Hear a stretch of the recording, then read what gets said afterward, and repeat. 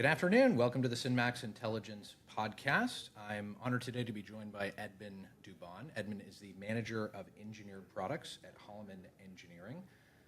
Edmund works a lot on pipelines, natural gas pipelines, right, Edmund? So Holloman is a constructor of pipelines for oil and gas, and we also do facilities in midstream. So pipelines and facilities. Okay, very good. And just for reference, our audience, we have a lot of natural gas traders. Obviously, pipelines are the method by which natural gas moves across the United States. And I was very interested to learn about something you work on, which is called slug catchers. Can you tell us what slugs and slug catchers are? Slug catchers, yeah. So at Holloman, we have a product called a harp slug catcher. So we sell this outside of our construction group, although we will sometimes do the construction on them. A harp slug catcher, there's different types of slug catchers, but a harp slug catcher in particular is the largest of that category. And why don't we start here? Yeah. What is a slug? Because slug. I learned this for the first time from you. A slug is the technical term for a large amount of liquid that is moving through the pipeline. Okay. Is it always a liquid or is it a solid when it becomes technically called a No, slug? you wouldn't. You'd call a solid a hydrate, but a slug is it's like almost if you were to take a straw and you start sucking liquid up and then you blow it out, and it's that liquid is moving as a mass through the pipeline. That's a slug. That is a slug of liquid. The reason it's a slug is because it's very different in viscosity and density from everything else in the pipeline, which is mostly methane. Probably more like a shotgun slug. Like that's like a big, cylindrical bullet, and it's going through the. So yeah, probably that was closer to the inspiration. Okay, so Yeah. This creates a number of engineering challenges because engineers like it when things are nice and smooth and consistent and not turbulent. And a slug, how big can a slug get?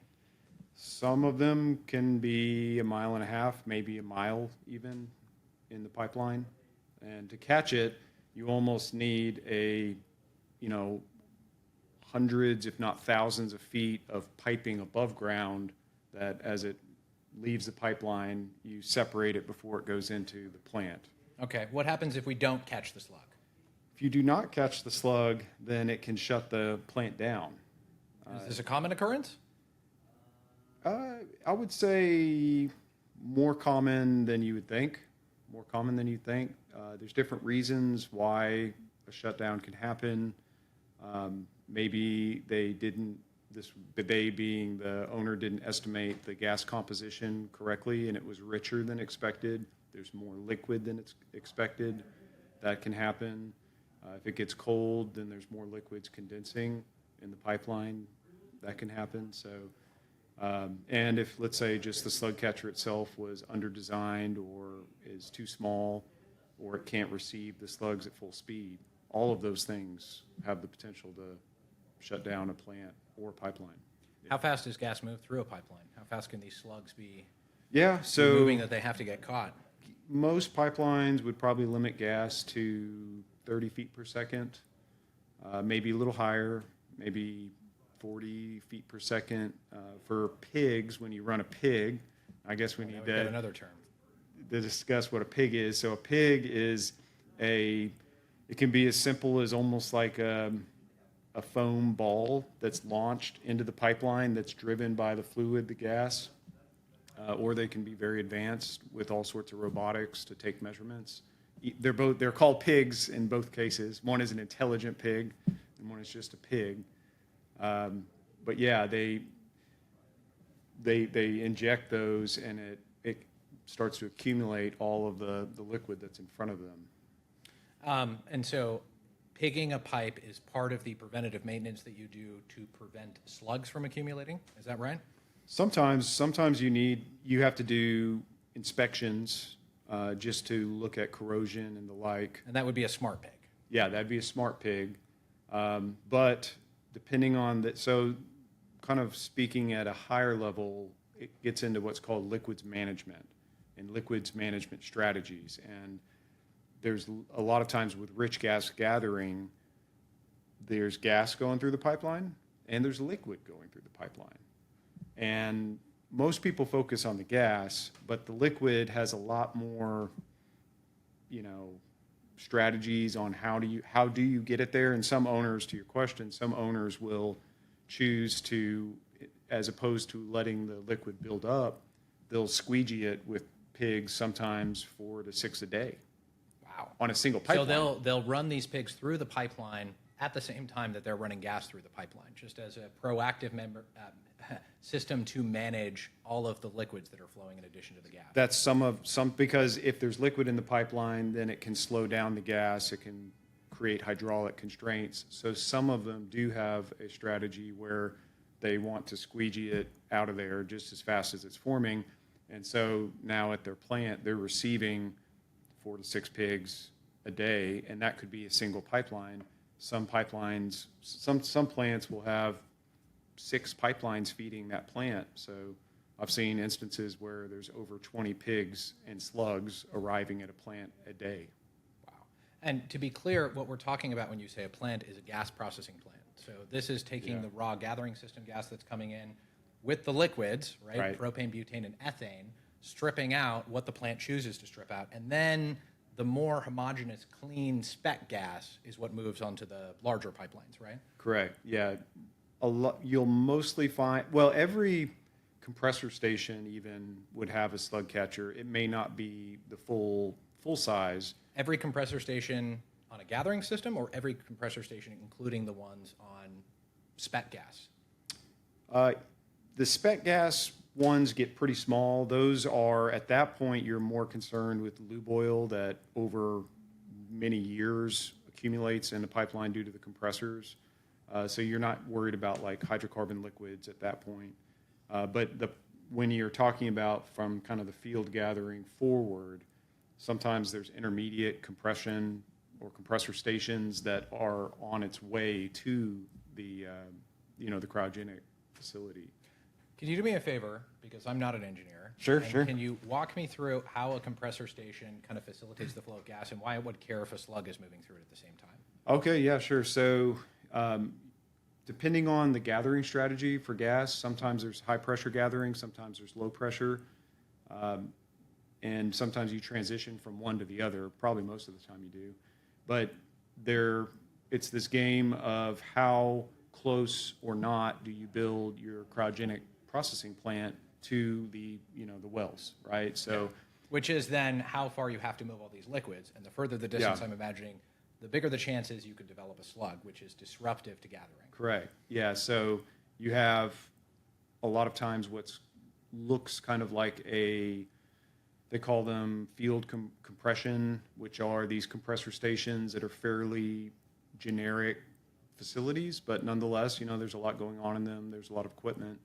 And the job there is to receive, and usually there's liquids coming in, sometimes oil even. Sometimes the oil, gas, and water all travel together to the first facility. So this is like oil that's pulled out of the wellhead? Yeah. That's not separated at the wellhead into a separate product? It sometimes travels with the gas? Oh, yeah. Not always, yeah. Sometimes they do split it, or a rudimentary split at the wellhead, but there's a lot of times where it's multi-phase gathered. So it's moving to like a station a lot of times where they'll remove the oil. There'll be a slug catcher, but they're not at that point routinely trying to pig the line. They know that there's liquid moving with the gas and the water. So they'll remove the oil. They'll receive all these liquids in something that looks like a slug catcher or separator, and then it goes into a compression train where they're pressurizing it, usually to around 1,000 pounds. And now this is where most people, when they talk about gas processing, kind of the line begins. Sometimes you would include the compressor station in the gas processing, scope. But once it's compressed, it's very hot. So it's 120 degrees, and that it's gaseous at 120 degrees. Well, when it gets put in the ground and it starts to cool down, this is where the liquids start. Put into the ground as in storage? Put it into the ground is now the pipeline that leads to the I cryogenic see. facility. Okay, so you lose that benefit of the temperature, which is generated from the Exactly. upscaling and compression, right? The longer you go, and then you get a lot of these heavier liquids that start to increase in viscosity, and you can develop these pigs. Yeah, they call it falling out. Those liquids are a lot of times actually fairly low viscosity, but just the fact that the liquids are in there and they're occupying space. Maybe if there's little dips and stuff in the pipeline, now the gas has to kind of push the liquid up. So all of these things, the liquid being in there does not help the gas flow through the pipeline. As a rule, it's going to restrict it. Now, by how much, it depends. Some owners won't squeegee it, and they just let it flow together, and they say, we know it's happening, and we're okay with that in the hydraulics of our pipeline, or work with that. Or they say, well, as long as it's not the dead cold winter, we're good. If it is winter, we'll figure something else out. So there's lots of different strategies that owners or their operations teams use to address these liquids. It sounds like what you're conveying is that this is not so much a science as it is a little bit of an art, right? Absolutely. Especially because I imagine a lot of these gathering systems are operating under changing conditions. You already talked about temperature, right? So seasonality is going to, during the wintertime, right, when people want the gas the most, Right. it's going to increase the probability of a disruptive event Right. from a slug. And then also, the basin could change itself too, right?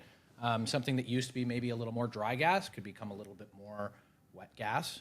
I'm thinking of like the Northeast, where you have, Northeast Pennsylvania, a largely drier region, right next to southwestern Pennsylvania, a much more liquids-rich region. And as those regions grow and expand, maybe there's crossover between gathering systems that kind of change the mix of it. And have you seen examples of this causing disruption at processing plants?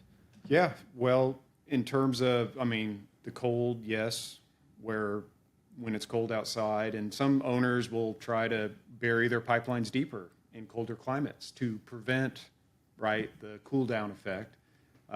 Some of them, just know it's going to happen, and maybe they launch more pigs as a way to try to preempt the liquids forming. There's other issues with that because somebody has to literally drive out with a pickup truck, and they have the pig launcher can be automated to where I don't know exactly how many pigs can be in the chamber, but it's maybe like 20. Yeah, and then somebody's got to ferry the pigs back Yeah. to reload the chamber. Absolutely. You could run out of pigs. That's Absolutely. interesting. Yeah. Do you see these events as kind of like gradually increasing as it gets colder outside? Or I'm thinking back to the polar vortex event. And we had an earlier podcast with a production engineer that talked a lot about freeze-off. And freeze-off is something that traders experience every single year. And it is this, drop-off in the production of gas when it gets colder out.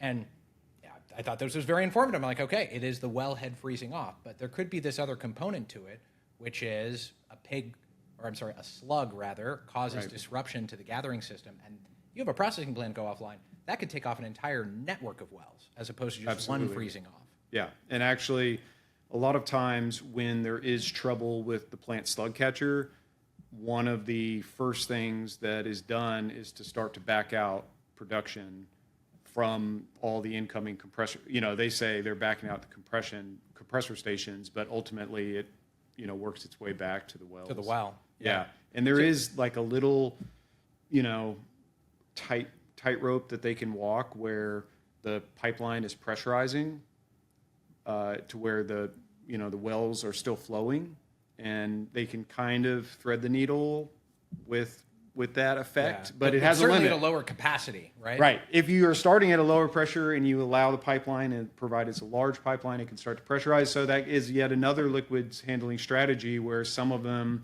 maybe have smaller slug catchers or slug catchers that can't receive pigs at full speed.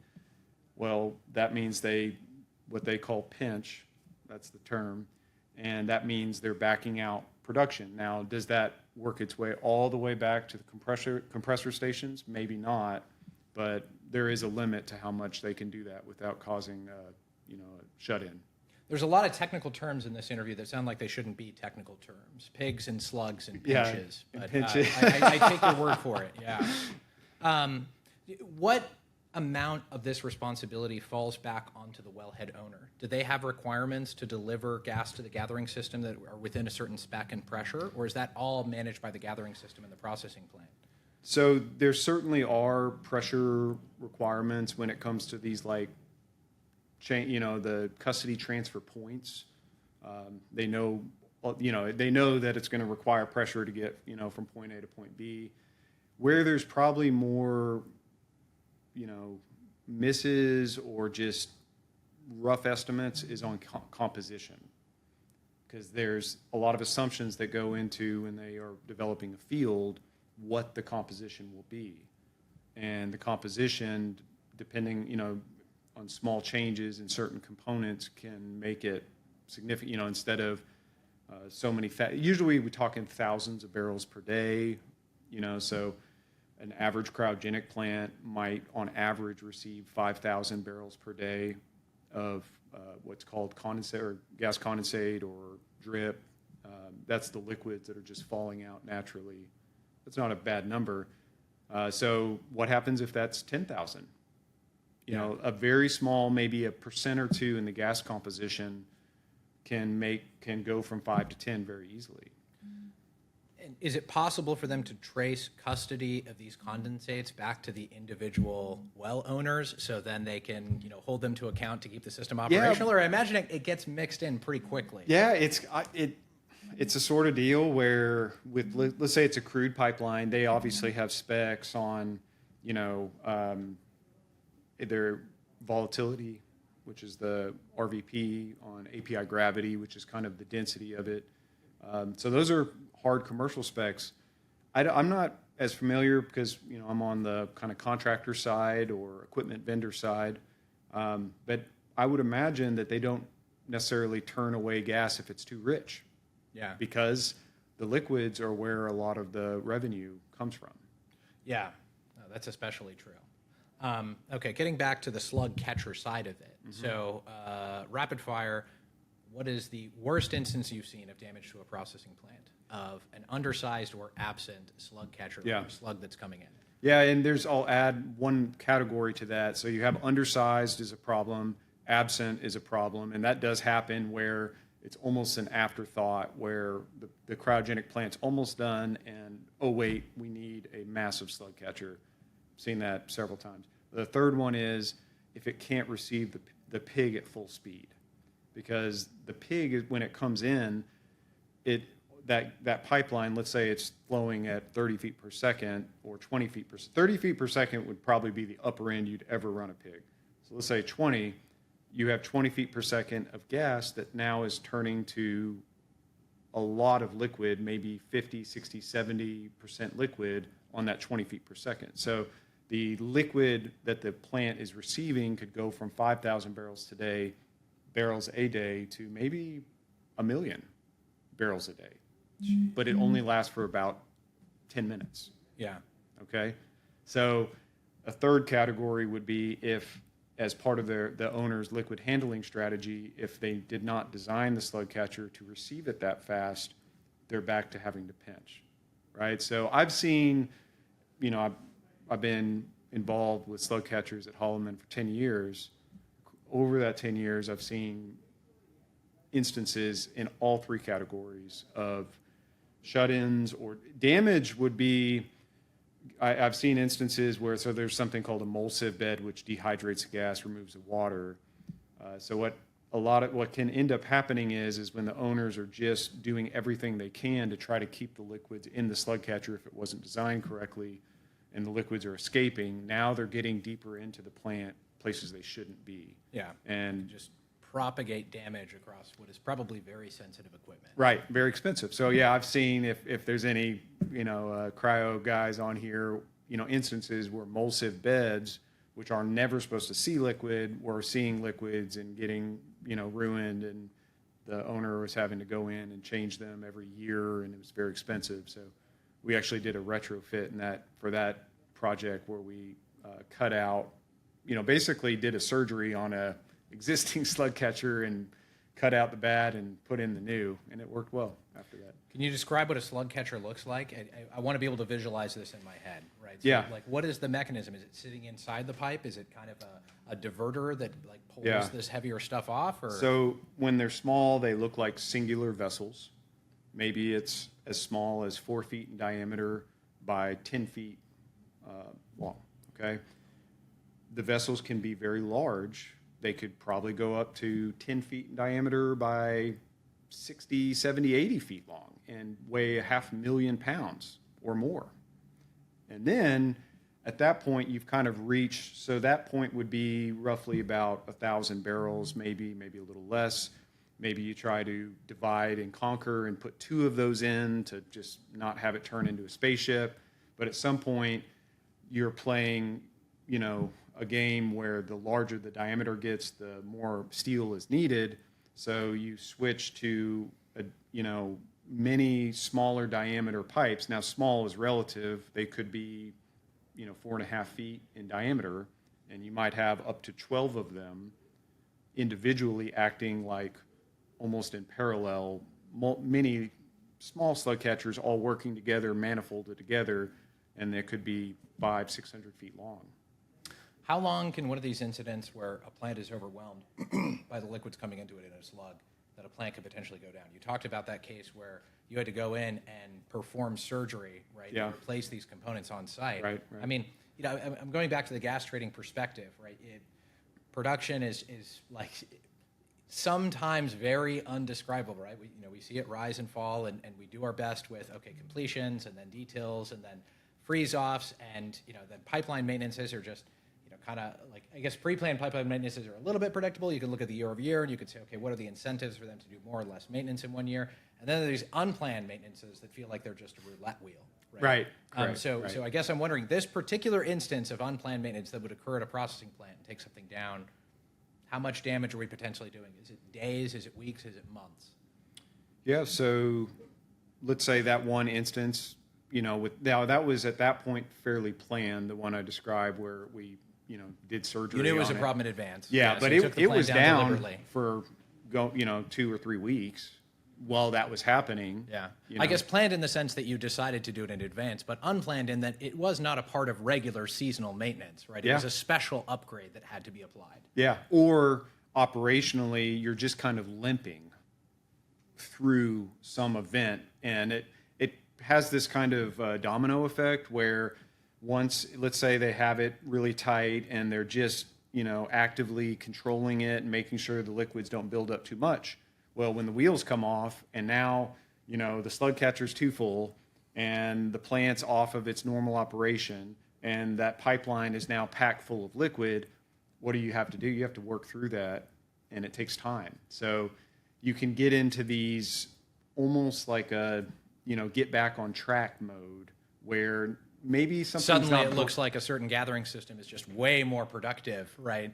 And oh my God, did some new wells get brought online? Like what happened? We can see those readings sometimes, right? In states like the Northeast where the sample of pipeline points is really good, and it's just almost indescribable how we see this uplift in production or this downfall in production that seems like it was just came from nowhere. Yeah, and there's other.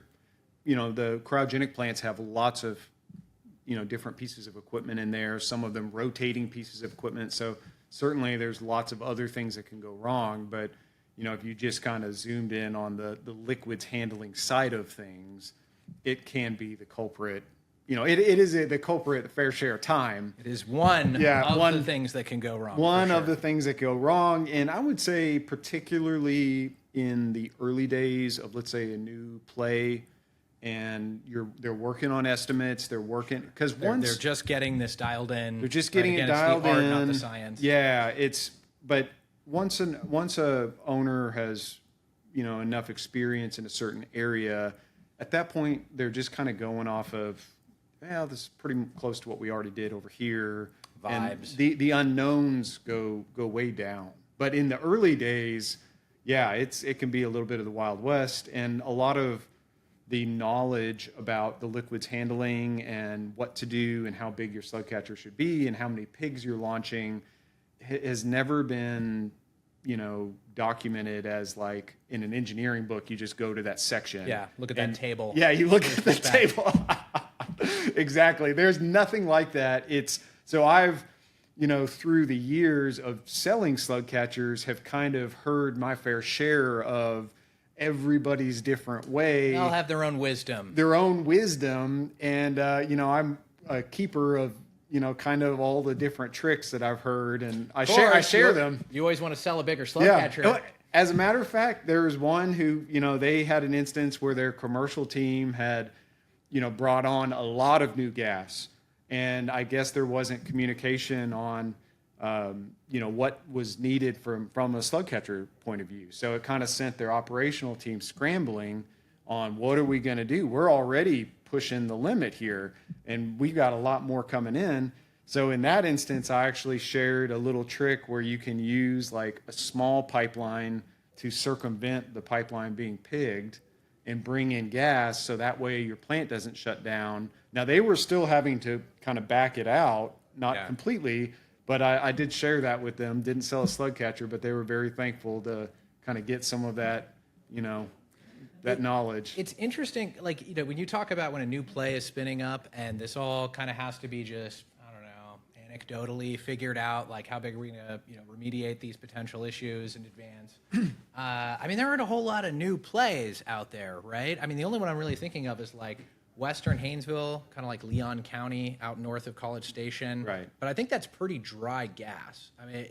Do you still see, like, is it maybe they're drilling into a new area of an existing play and they're getting a different liquids mix out than they were expecting, or a different formation, right, of a play that they're already on top of? I don't know. Give me some examples of that. I would say in the Dakotas, when that was, that, is a mature play at this point, but that really kind of pushed a lot of the limits of very rich gas, very cold. Yeah, definitely cold. Yeah, that in Oklahoma to some extent, Really, in the scoop stack? But that was years ago, granted. Okay. But yeah, it never fails that for whatever reason, all of the knowledge when they're going into, something new just doesn't fully... They have to translate it from what they're used to. Yeah. And then sometimes we see, even when they're looking at, I got a call months ago about they were trying to redo a pipeline that's coming in from the Gulf, and it needed, would produce these huge pigs, and they were trying to figure out what to do slug catcher wise. So, there's always new applications that kind of come out of nowhere when it comes to, they run pigs through the Gulf pipelines too, underwater? Oh, yeah. Oh, certainly. Yeah. I can imagine that. Everything gets more expensive when you go offshore. Probably part of the reason why offshore isn't as prolific as it used to be. But now you're taking out the pigs on boats and loading up the catchers on, I'm guessing, a floating platform to send them through.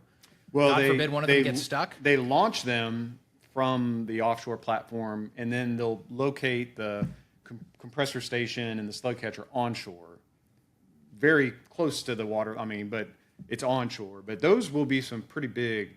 I've seen slug catchers 10,000 barrels, in Louisiana, Texas, that are kind of associated with that offshore gathering. Yeah, because there's a big riser because it's on the seabed they floor, and then the seabed, and I'm sure that's just a sweet spot for all these condensates to accumulate. Right, exactly. Are the pigs under their own power, or are they using the pressure of the pipeline to push them up? They use the pressure of the pipeline. And they ever get stuck? I think they intentionally run like the pigs smaller, than the pipeline Good margin itself. Of error. Yeah, they don't want that to happen. And then they use specialized bends to where it's not a sharp bend, so it's like a elbow that's a very smooth transition. So and when they commission it, part of the commissioning is running pigs to clean it and whatnot. So by the time, as far as I know, once you get to operations, it's probably pretty infrequent that one gets stuck. But I have heard deals where like the foam pigs just come in pieces out the other end. At least the pieces can. Yeah, you don't want to leave anything in the pipeline. They get torn up, as they come through. Yeah. They're like, oh my God, what is happening in the middle of that pipeline? Okay, so when one of these disruption happens, and we have a processing plant that is at partial capacity or gathering systems at partial capacity, do you have an understanding of how that feeds back to the wellhead? And the only reason I'm getting so into the minutia is because we do a lot of wellhead monitoring, right? A lot of people. One of the ways to predict production is to predict the expected IP rate and decline curve of the well. You see very strange disruptions and properties in there, and many of those are just kind of unknowable, like different occurrences at the wellhead itself, like a change in a choke, or maybe some kind of technical problem that happened there, right? That's then getting obfuscated in monthly data, creates these non-textbook decline curves and these changes that are non-predictable. But is it possible some of that is actually a constraint in the gathering system that is then pushing back to the wellhead? And did they ever restrict flow directly or indirectly, because of their constraints to send to the gathering system? Yeah. So, I think the gas companies do everything they can to keep in production, and they live and die by obviously their production being consistent, and the producers are like their customers. I think that's how they view their for sure. Yeah, they're the ones leasing the gathering system. They're their customers. So, but if to answer your question, the chain of events is, let's say we're talking about trouble at the slug catcher. What that usually translates to is either a shutdown of the cryogenic plant or a, pinching, or it's kind of the equivalent of choking flow at the cryogenic plant that starts to propagate into, the pipeline that feeds it, and it begins to pressurize. That eventually that pressure reaches some limit at the compressor station, and at that point the compressor station's going into recycle or flaring or itself shutting in, all of which in turn gets into the field gathering system. So when the pressure is dropped on the gathering system that the compressor station is working on, it flares the excess or gas when it gets to relieve pressure? When it gets too high. Yeah. So they have different control schemes between the cryogenic plant and the wellhead, but yes, the compressor station, they have to start making decisions on. Right, it's like an emergency Yeah, release valve, right? They can't go out of their pressure spec. Absolutely. So they have to make these decisions on, are we just going to shut everything down and shut these compressors down, or are we going to flare and keep the compressors running, or they just go into what's called recycle, which is a way where the gas is just kind of spinning around the compressor station to keep it, online. Well, at some point, the pressure now is building. It all is pressure. It's all pressure. So at some point now, the pressure is working its way back to the wellhead, and when it trips some safety, switch or sensor, then shuts it down. Shut in. Then there. Interesting. And there's like automatic shutdown, and at that point, as far as I'm aware, at least for like manual systems, somebody has to go out to the well to reset it.